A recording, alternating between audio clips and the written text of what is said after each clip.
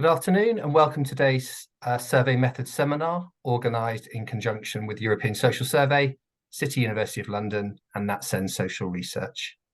I'm Rory Fitzgerald, I'm Professor of Practice and Survey Research and I'll be chairing today's seminar.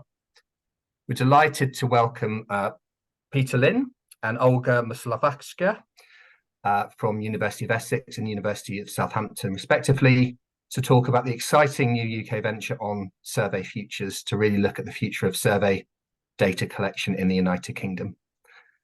In a moment, I'll pass over to Peter, who will start today's presentation. If you do have questions, please put them in the Q&A and we'll have a chance to go through those at the end. So Peter, over to you.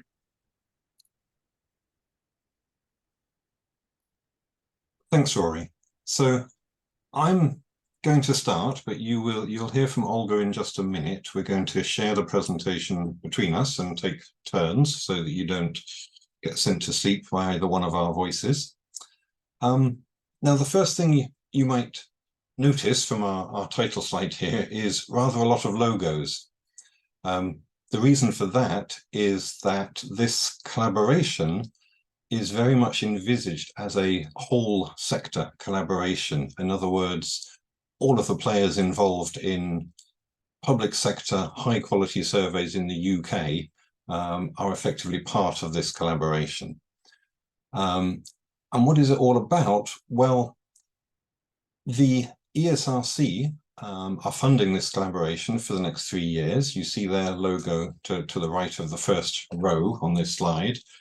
And they put out to tender this collaboration last year with the vision that we need to make some rapid and dramatic progress in terms of the ability and capacity to deliver high quality surveys and how that might be done, and knowledge of the best methods to use. Why is that suddenly important at this moment in time? Well, this is really partly a result of a number of things all coming together at once. I mean, firstly, even before the COVID pandemic hit, I think the survey climate was getting much more challenging in the UK. The general public was becoming more reluctant to take part in surveys, response rates were dropping, and there was some suggestion that this was also leading to greater polarization in participation, that certain population subgroups were really becoming very unlikely to be included in a lot of survey research. At the same time, there were, of course, a lot of changes in technology, and a lot of surveys were moving towards using different modes and different mixes of modes in different ways. And then, of course, the pandemic hit. And one of the things that did was to obviously put an immediate halt to face-to-face interviewing. And as a consequence of that, survey organizations found that their face-to-face interviewing field force was decimated. People weren't able to work as survey interviewers, so they found other things to do. And I think all survey organizations are now still finding it very hard to bounce back from that. A lot of old experienced interviewers are not wanting to come back to doing survey interviewing now that they've found these other things to do with their time. So this is raising lots of questions about the role of field interviewers, the scale of the role and the nature of tasks that we might best be asking interviewers to do in future. So all of this leads us to this sort of current position where survey commissioners are still trying, in many cases, to commission the types of surveys that they did prior to 2020, and finding that survey agencies are not always able to deliver them at the moment. In some cases, survey commissioners have found they get no bids at all for a survey they put out to tender. In other cases, they get non-compliant bids where organizations propose to meet their aims in different ways, and the survey commissioners don't necessarily have the means to appropriately assess the cost and quality trade-offs of different methods that are being offered. So really, the whole idea of this collaboration is to try and take stock of where we are, partly to assess a number of survey approaches that in some cases were rather rushed into the field during the pandemic without the usual careful development and testing that we would tend to put in place. So that includes things like knock-to-nudge methods, video interviewing, and so on, all of which were at the early stages of development, should we say, perhaps when just before the pandemic hit, and were then suddenly rolled out to full-scale production rather rapidly. And it was very impressive how all the survey organizations were able to agilely react and respond and suddenly collect data in different ways, but it does leave us now with a lot of questions about what was actually effective and what is really good practice. So that's effectively my introduction. I'm going to hand over now to Olga, who's going to start by telling us all a little bit about some of the background to things that went on prior to the start of this collaboration. Olga. Thank you very much, Peter. Good afternoon, everyone, and thank you so much for joining us today. I'm Olga Maslovskaya, and I'm an associate professor in survey research and social statistics at the University of Southampton. And as Peter mentioned, could you please go back to the previous slide, Peter?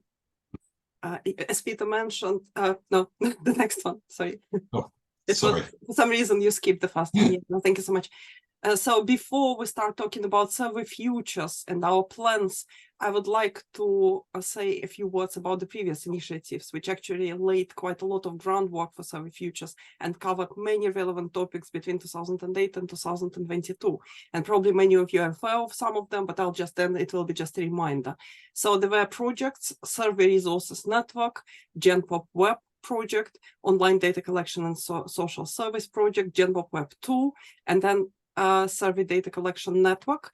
And as you can see in brackets, we have PIs and QIs, and PIs and QIs of all those initiatives are all active participants in survey futures, which is, we believe, it's really important because it will help to provide continuity and strong knowledge and experience based upon which we will be able to build on our new developments. Next slide, Peter, please. Thank you. So now just a few words about all these previous initiatives. So Survey Resources Network was active between 2008 and 2012, and it provided a program of training and promotion of best survey practice, provision of online resources, and coordination and promotion of ESRC-funded survey methods. Also, sorry, I forgot to mention, all these initiatives were funded by Economic and Social Research Council in the UK, ESRC, so all of them. Then GenPop Web, which now we refer to as GenPop Web 1 because there was a follow-up initiative, was active in 2013 and 2014. And this project shared and synthesized existing knowledge and catalyzed discussion about future possibilities of probability-based online surveys. Then there was a project, Online Data Collection and Social Surveys. And at the end of this project, we jointly, between University of Southampton and the Office for National Statistics, organized an international conference. And at the end of this conference, all participants agreed that it was really important to set up a network and to continue the work which was started by GenPop Web 1 network. Then GenPop Web 2 was funded by ESRC, and it was operating between 2020 and 2021. Maybe you attended some of our events, and this network pursued a similar remit in a new era to share knowledge and collaborate in the area of online data collection and social surveys, as well as setting the research agenda in the field. Next, thank you. Then ESRC recognized the importance of activities we were conducting within GenPop Web 2, and ESRC funded Survey Data Collection Network, SDCNet, via additional National Center for Research Methods and CRM funding stream. And the title for this project was The Impact of COVID-19 on Survey Data Collection Methods in Social Sciences. The scope of this network was wider than GenPop Web 2, because GenPop Web 2 was focusing on specifically online data collection, but SDCNet was focusing on wider issues associated with survey data collection in general.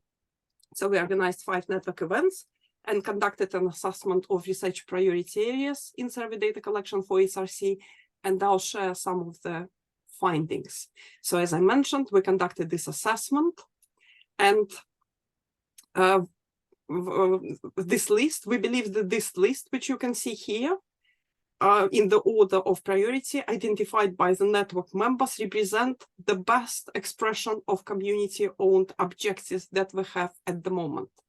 And I'll just briefly mention the main priority areas which were identified by network members: future of face-to-face surveys, data quality, innovations in survey data collection, adjustment for more defects, improved sampling frames, changing role of survey interviewers, complex measurements in online surveys, discontinuity in time series and repeated cross-sectional longitudinal measurements, and also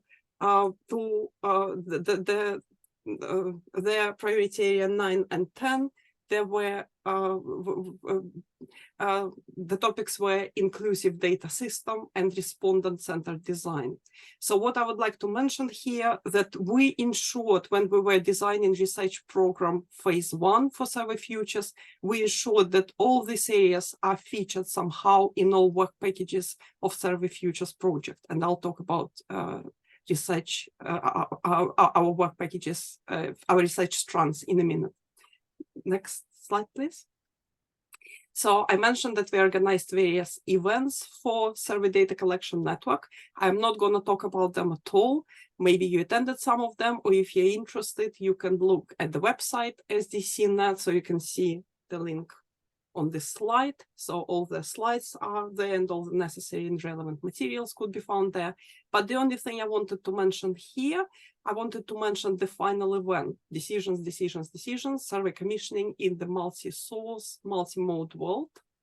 And this event was organized in spring 2023. And it was organized in the form of panel discussion. And what was really important, that at the very end of the panel's discussion, all panelists suggested unanimously that the collaboration is needed to address all the challenges faced by the survey data collection community. And what is really exciting, that now this collaboration has become reality. Over to you, Peter. Thanks, Olga. So, as Olga said, I mean, Survey Futures is very strongly influenced by SDC.net and is very much a natural successor to it. I'm going to, if I can press the right button, here we go. I'm going to now try to describe what the aims and objectives of Survey Futures are, and then we'll fill in some of the details of what we're actually planning to do to achieve those objectives. So the overarching aim of the collaboration is here on the slide. I'm going to read it out slowly because I think it's quite important and really underpins everything that follows, everything else that we're going to describe. The aim is to deliver a step change in survey research. So we're not talking just about, you know, minor incremental improvements, possibly quite substantial changes in the way survey research is carried out, to ensure that it will remain possible in the UK to carry out high quality social surveys of the kinds required by the public and academic sectors. So I think we just need to be clear that those are the kinds of surveys we're talking about, generally probability-based, generally large scale, and generally quite in-depth and complex on particular subjects of relevance to the public sectors. So we're not talking about quick turnaround market research surveys or other types of surveys. Now, specifically, the objectives kind of fall into two categories. The first category is about research, and what we need to do is to assess the quality implications of various design choices that exist in designing surveys that are particularly relevant to the future, given where we are now. There are quite a lot of design options of one kind or another in terms of things like how we combine modes, how we approach people in different modes, how we collect complex measures in different modes from how they've been collected in the past, and so on. Various options where I think the state of knowledge is not yet at a point where we can definitively say that the best practice is such and such. This is a good way to do it. That's not such a good way to do it.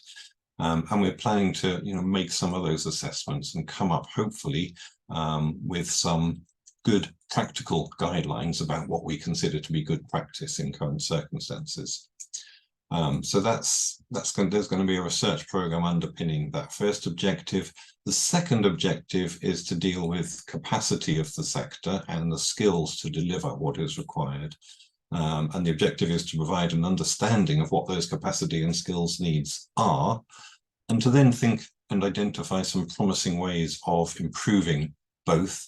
We're not going to single-handedly within 3 years provide the sector with all the capacity and skills it needs, but we'll hopefully be able to set things in an appropriate direction, having figured out what's needed. So that's broadly what we're about. Now there are some additional objectives that are worth mentioning. The fact that we're bringing together the whole sector to collaborate is an important objective in itself, to maintain a dialogue between all parties so that we're all on the same wavelength and we all understand each other and understand why we're thinking the way we are. A very important set of outputs of the collaboration is going to be what we're referring to as good practice guides for all kinds of aspects of survey design and survey implementation, and some practical training materials to support some of that guidance.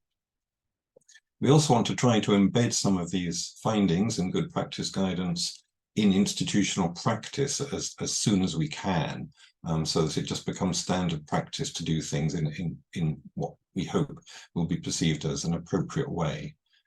And then we don't have to keep asking the question. Every new survey that comes along, we don't have to keep thinking, well, should we be doing A or B, because B is the new standard practice or whatever, where that's appropriate. And it won't always be, but for some issues that might be appropriate. And we also are planning to organize a number of events to ensure that all of the lessons learned from the collaboration are disseminated rapidly and appropriately. Now there are some cross-cutting themes. So in everything you're going to hear us say about research strands and other activities, some of these things which came up in that list of priorities that Olga showed you just now really cross-cut everything we do. The first theme is inclusivity and accessibility. If we're talking about ways of encouraging people to participate in surveys, ways to collect data, ways to ask questions, we will always be keeping in mind the need for all of these methods to be as inclusive as possible, to ensure that firstly we get survey responses from all parts of society, but secondly that all parts of society are able to provide equivalent appropriate data and participate in a way that is useful. The second cross-cutting theme is data quality, and I think it probably goes without saying that in all cases every aspect of survey methodology that we're assessing certainly will be doing so with taking into account things like timeliness and costs and feasibility and so on, but ultimately data quality is important. It's not the only metric, but it's an extremely important one. And the third thing that really cross-cuts everything is discontinuity, the idea that if we suddenly, a lot of these surveys that we're talking about are regular repeating surveys, and if we suddenly change things, that has the potential to introduce discontinuities into our time series, into our estimates of how things are changing in society. And we need to take that into account in the sense of being aware of when and where there might be discontinuities and how they might best be handled. So onto the collaboration itself. To give you an idea of how we're structuring the collaboration, this little chart hopefully sort of outlines the way we're hoping it's going to work. The Survey Futures has a directorate, which is effectively Olga and myself, but we'll also include a project manager who we're in the process of recruiting, who will be supporting us in our work. So we're kind of responsible for the day-to-day leadership and management of the collaboration, but there is a much broader senior leadership team in place who will have responsibility for the sort of strategic thinking and broad level planning. And just let me flick forward. So the directorate, as I said, provides the day-to-day leadership and ultimately it's our responsibility that we deliver the grant. But the senior leadership team, as you can see, the members of that team are listed here, and they represent a broad part of the set of stakeholders in major. Actually, Peter, unfortunately, it hasn't moved on to your other. I'm so sorry. That no worries. Is my fault. I'm meant to be on that slide. Now we can see. Brilliant. Thank you, Rory, for pointing that out.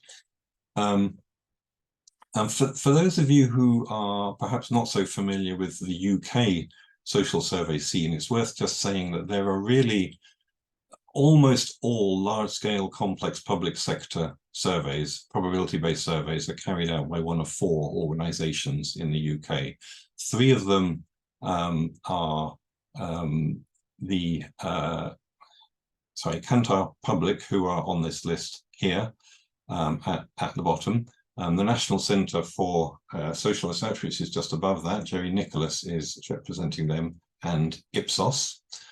And the 4th is the Office for National Statistics. So all 4 of those organisations are involved in our senior leadership team. And we think that's really important because the role of the survey agencies is clearly absolutely crucial. But then we also have academic surveys represented in the team and academic survey methodologists. So broadly, the idea is that senior leadership team will oversee all of the work, but we'll be involved in developing the program of research and all the other activities. And we'll be setting the metrics by which we assess ourselves, the key performance indicators and so on, and reviewing the performance. So just to go back to this slide, so that's kind of the management of the project. But then the actual activities will involve a number of research strands that we'll outline to you in a second, as well as a training and capacity building stream. Those are the sort of blue bubbles at the bottom of this diagram. So all of those activities are activities that are led by core members of the collaboration, people who are funded by the ESRC grant, in other words. But we're then trying to pull in the rest of the survey community, primarily through these forums that are shown on the right-hand side. We have a survey practice forum and a training and capacity building forum. And these are meant to be kind of ongoing two-way dialogues where we can share our ideas, our knowledge, our expertise, use each other as a sounding board for various ideas, and so on. And again, we'll outline in a minute what those forums consist of. And there will also be an external advisory board, as you can see on the left there.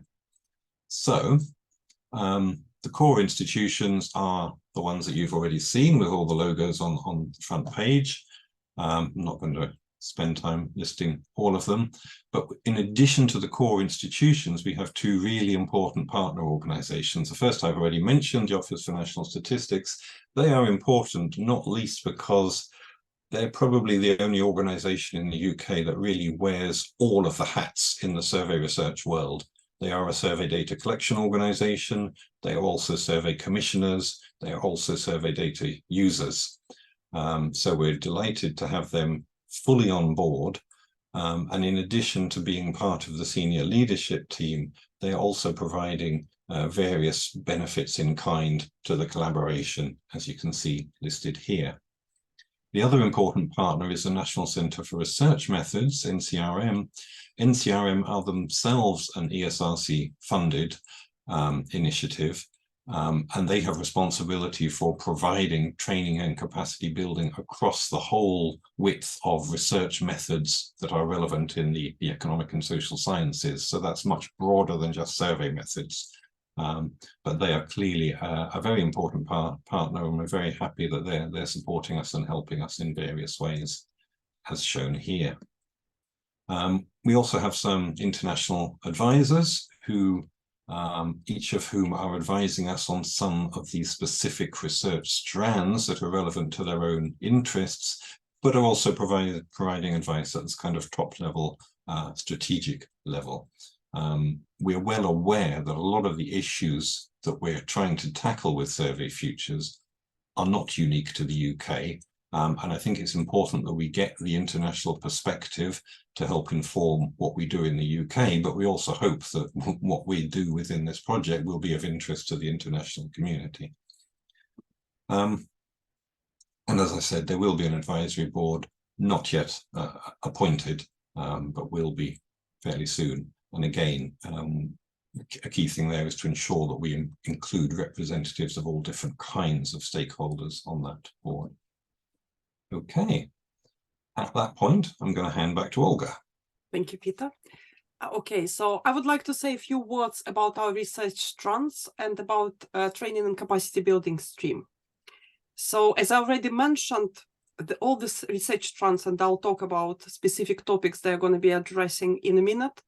These strands address the list of priority research areas identified by the Survey Data Collection Network, which I was showing a little bit earlier today. So what I also wanted to mention, that we believe it's super important that all research activities and training and capacity building activities, they are thoroughly integrated. So lots of exciting and important work is already planned for research strands, and soon we will start sharing the outputs, so watch this space. So the research strand 1 will focus on enhanced sampling frames and procedures. Research strand 2 will look at the post-pandemic role of field interviewers. Research strand 3 will look at the issues associated with video interviewing. Research strand 4 will study methods for surveys without field interviewers. Research strand 5, complex measurement in self-completion surveys. Research strand 6, reducing and evaluating mode effects. And research strand 7 will focus on data integration. As I mentioned, we will be producing various types of outputs, and some of the outputs will be produced, I'm sure will be shared, will be produced and shared reasonably soon. So we will not need to wait for the 3 years when we will be able to actually share the outputs from the different research projects. Next slide, please. Yeah, so purpose of research strands and training and capacity building stream to carry out the research and TCB program, agreed with senior leadership team to deliver practical consultations in a timely manner. And research and TCB, as I already mentioned, research and TCB activities will be thoroughly integrated. So a couple of words about the main aims of research strands. There are 2.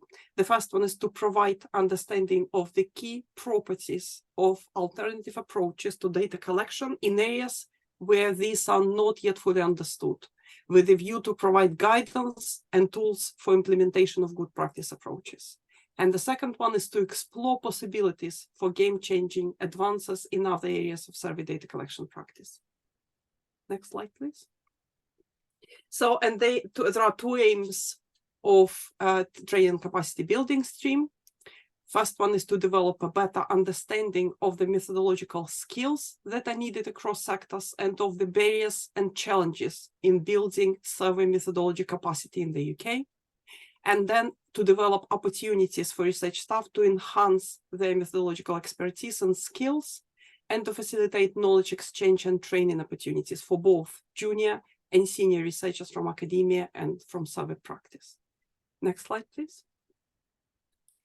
So, as Peter already mentioned, we will be organizing various events and various activities, and we are planning survey practice forums and also training and capacity building forum. So we organized the first survey practice forum in June this year, and probably some of you attended it.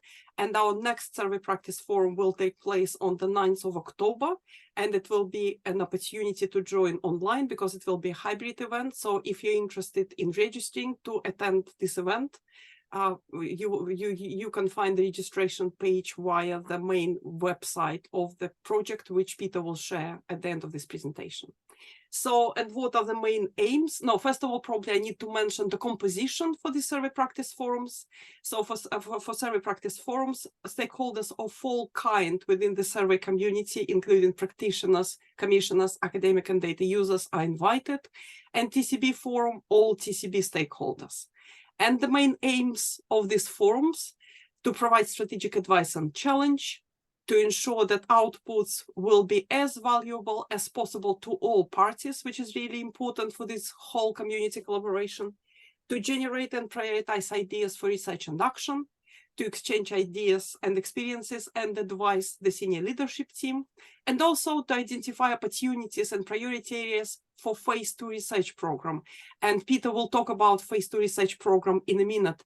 And I think our second forum will have quite some part of it where we will be focusing on this specific area. We already started this discussion, which was very, very helpful during our first survey practice forum, which took place in June in London, but we will continue this discussion in October. Also, I think training and capacity building forum is planned early in October. I will not be saying the date for sure because I didn't see it being confirmed. But yes, if you're interested in taking parts in these forums, it would be really fantastic if you could join either in person or online, if this online option will be available. Next slide, please. I also would like to say a couple of words about early career researchers. Early career researchers are at the heart of the whole collaboration. And our aim is to provide junior researchers with a thoroughly positive experience of the survey methods world, developing strong sense of identity and commitment that makes retention longer term more likely, which is really important for the field and for the whole community. We're planning to support early career researchers in various ways. And some of the examples of this are direct knowledge transfer from more experienced staff, also training, cross-collaboration meetings, which we're planning to organize, knowledge exchange events, mini conferences, and mini internships for the early career researchers. Also, we're planning some immersion of early career researchers in the survey research world. We're also hoping to be able to provide opportunities to early career researchers working in academic institutions, work in survey practice organizations, and vice versa. Next slide, please. I think this is my last slide. And at the end, I would like just to mention our final conference. So we're planning to organize our final conference in 2026. It will be an international research conference. And we're planning to present and discuss all main findings and all outputs. But most importantly, hopefully this conference will help us to identify next steps, which will need to be done beyond the end of this grant. Over to you, Peter. Thank you. Thank you. So, as you will have gleaned, there are two phases to the research that we're carrying out under this collaboration. The 7 research strands that Olga just briefly outlined are the ones that we developed and proposed as part of the application to the ESRC. So those we're referring to as phase 1. Those are starting more or less now.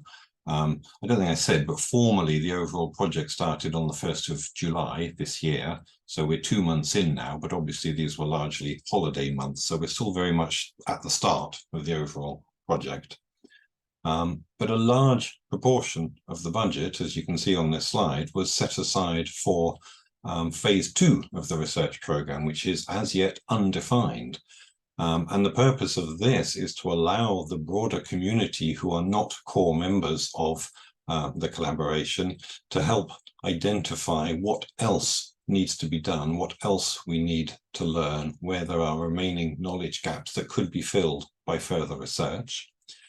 And to some extent, it may also be possible to inform and help shape that phase 2 research from some of the early findings from the phase 1 research.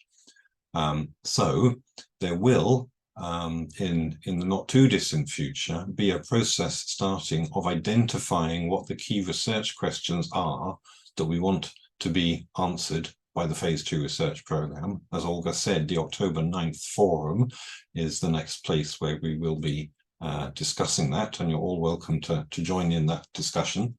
Once those key research questions are agreed, there will then be a process that will lead to an open call for people to submit research proposals that could be part of the Research 2 program.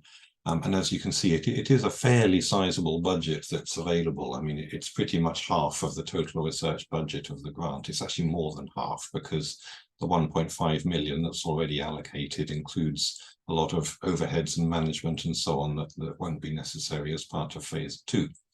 So do please get involved in helping to shape what the phase 2 research program should consist of, and indeed do please look out for the invitation to apply to be part of that when that happens, which should be early 2024, spring 2024.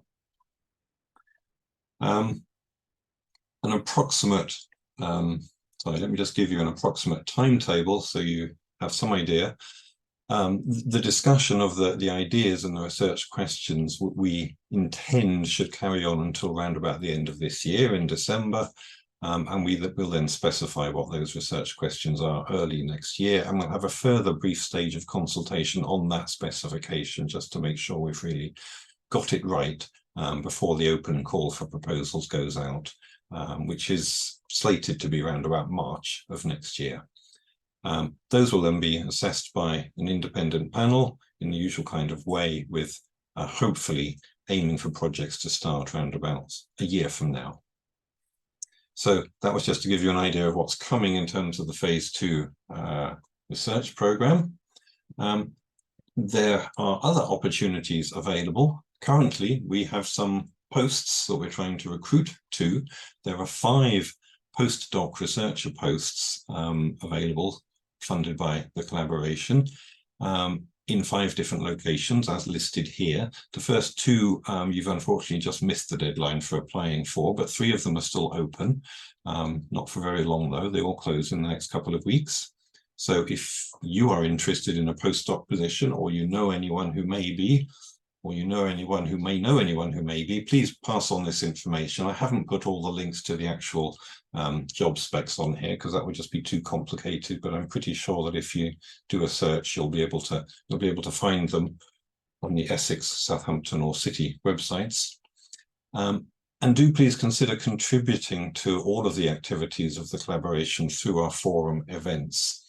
The website is there, as Olga said it would be. The forum, just in case this wasn't clear, really has 2 manifestations. One is these in-person and online hybrid events that we've mentioned. The other is that there will be a permanent online presence of the survey forum. There will be a place where people can post comments, and there will be threads of discussion, and people can post documents and suggest ideas and so on. So I'm hoping there will be an ongoing online discussion of all of these issues that we're tackling. So that's the end of our overview. I shall leave it there. Thank you all. Thank you, Peter, and thank you, Olga. For those in the audience, if you'd like to put questions to Peter and Olga, please put them into the Q&A. We have one question already from Bruno Arpino. He says, thanks for the great presentation and work. Given the fast aging of populations, his question is, are you going to work specifically on how to engage in surveys older people, especially the oldest old, and those with disabilities or with no internet access? Will I have a first go at that, Olga? You might want to add something. So yes, I mean, as I said, I think inclusivity is very much a cross-cutting theme across all of our research strands. So we don't have a research strand that is particularly about including the oldest old, or indeed including any other group, population groups. There are other difficult to include population groups. But the idea is that all of our research strands should be keeping their eye on that ball and trying to ensure that they at least provide some understanding of to what extent different methods can work, can be effective for different groups, and whether certain adaptations need to be made for certain groups. And indeed, I see partly the role of the senior leadership team in continually monitoring the progress of all the research strands to continually challenging and reminding the research teams to keep their eye on these various balls, like, as you say, people with lesser online skills, possibly no online access, and so on. So yes, we're very much hoping to keep that in mind in all of our research strands.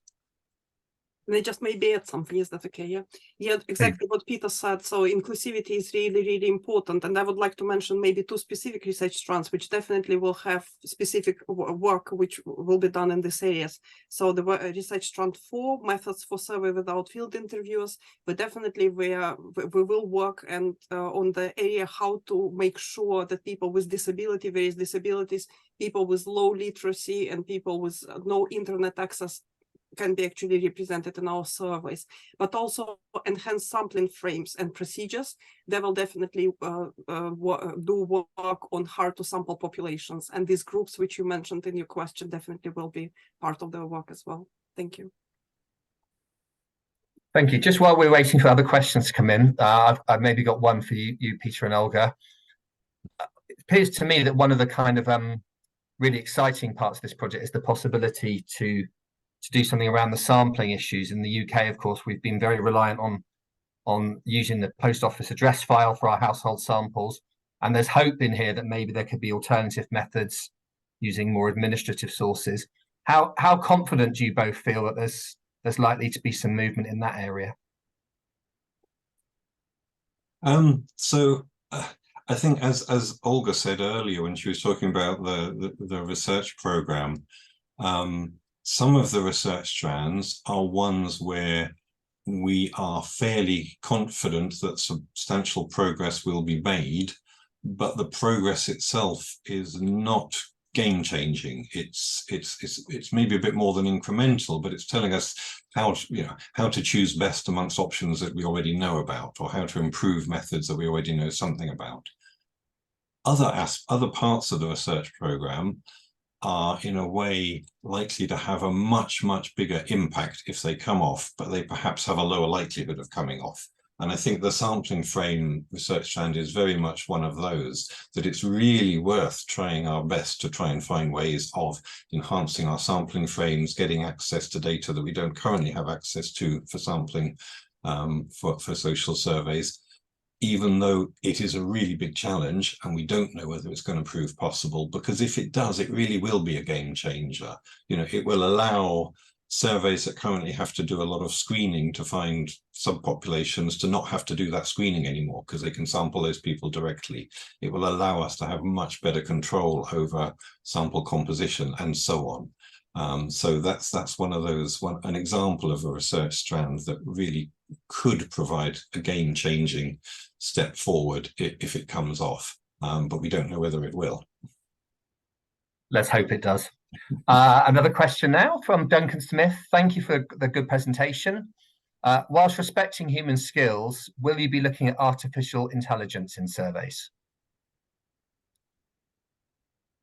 Excellent question. And I think the answer is not really in much detail, but it is relevant to the research that we are going to be doing in a couple of the research strands. So we're going to be aware of some of the possibilities.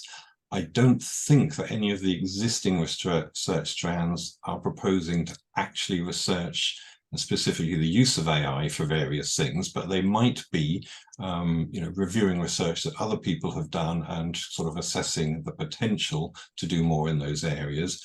An obvious example, and maybe Olga, you could say more about this, is we have a sub-project that's about collecting occupation and industry data that traditionally then needs to be coded, and there are quite considerable steps forward being made in the survey world by trying to use AI to do some of that coding, capturing textual information and coding it in an automated way. So there are things like that at the periphery, yes. Do you want to add to that, Olga? No, that's exactly the example I wanted to give as well. Yeah, thank you. Lovely. Another question from Samray King. Thank you for the presentation. I might miss the information. I'm just wondering, is this program only for researchers in the UK or around the globe?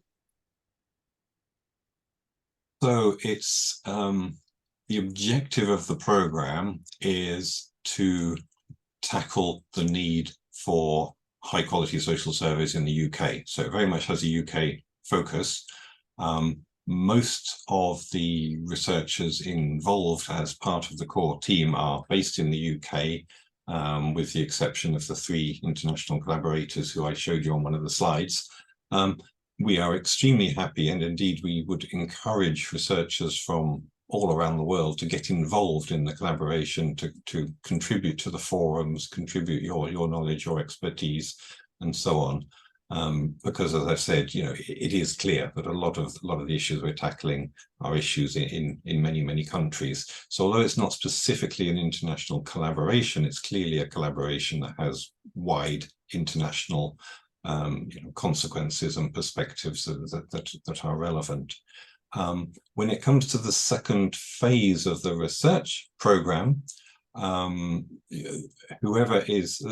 those who are eligible to apply for funding will be those who are normally eligible to apply for ESRC funding. So researchers overseas can apply, but there are certain rules about how that works. So if you're not familiar with those, check that on the ESRC website.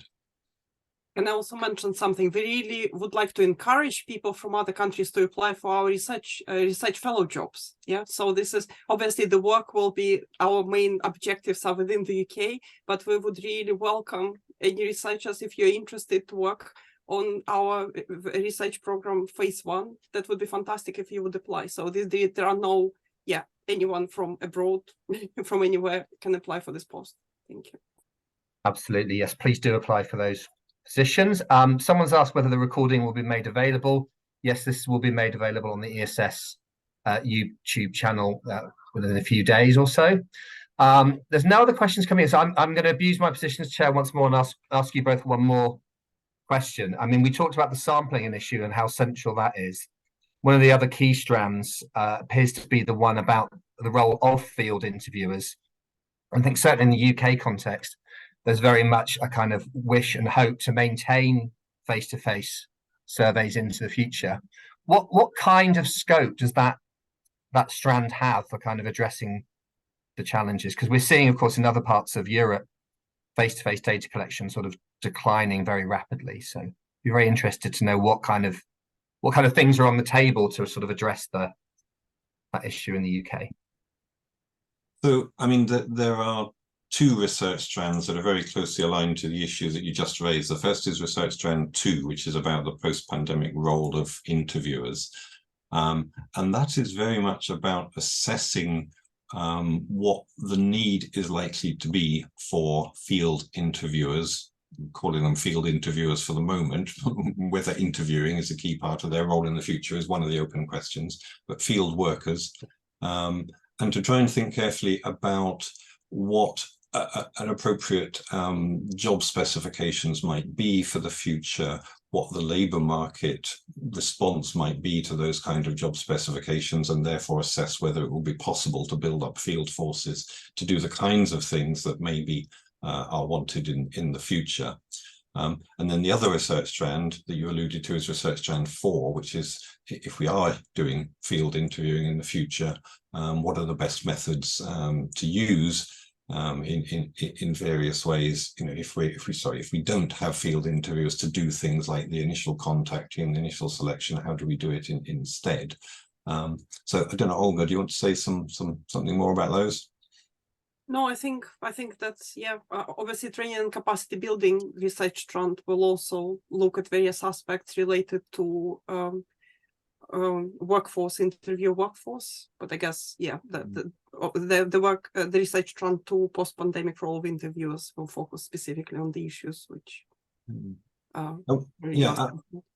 one of the key things I think none of us really quite knows yet is whether it would be possible to bounce back to the kind of large, experienced, trained field forces that we had prior to 2020. Is this just a temporary problem that it's slow and it's taking a long time to recruit new good interviewers? Or is it a permanent problem that people just don't want to do that kind of work anymore because it's far more lucrative to be an Amazon delivery driver or something? So that's partly what I think, research strand 2 is going to have to grapple with, is whether there is actually potential capacity out there to do things that in theory we might want field interviewers to do. Mm-hmm. Thank you. A question about how to apply for the research fellow program. So there's one position at Southampton that's still open, that's correct. One at City, and where was the third one? In Essex. Essex. So if you look on the website of those universities in the current applications that are open, you should find the Survey Future positions. Someone has asked, are they actually postdoc only? How about if you have a master's and experience, would that be sufficient? Yes, They are. absolutely, You can absolutely, yeah. So they're sort of postdoc, but actually open to people with masters as well. Absolutely. Absolutely. And we really strongly encourage people, if you're interested in the area, please apply. Yeah, and if you can't find the adverts, I mean, just email either Olga or I if you can find our email addresses, and we'll send you links to all of them. Yes, absolutely. So thank you to Peter and Olga for the wonderful presentation about this really, really exciting project. If it's okay, we'd like to invite you to come back to our seminar series maybe in 12 months' time and provide an update to this audience. There'd be a lot of interest. So we wish you success with the project. And thanks to everyone for attending the seminar today. Have a lovely day. Thank you very much, Rory, for inviting us. Thanks, Rory. Thanks, everyone. Thank you. Thank you, everyone. Bye. Bye.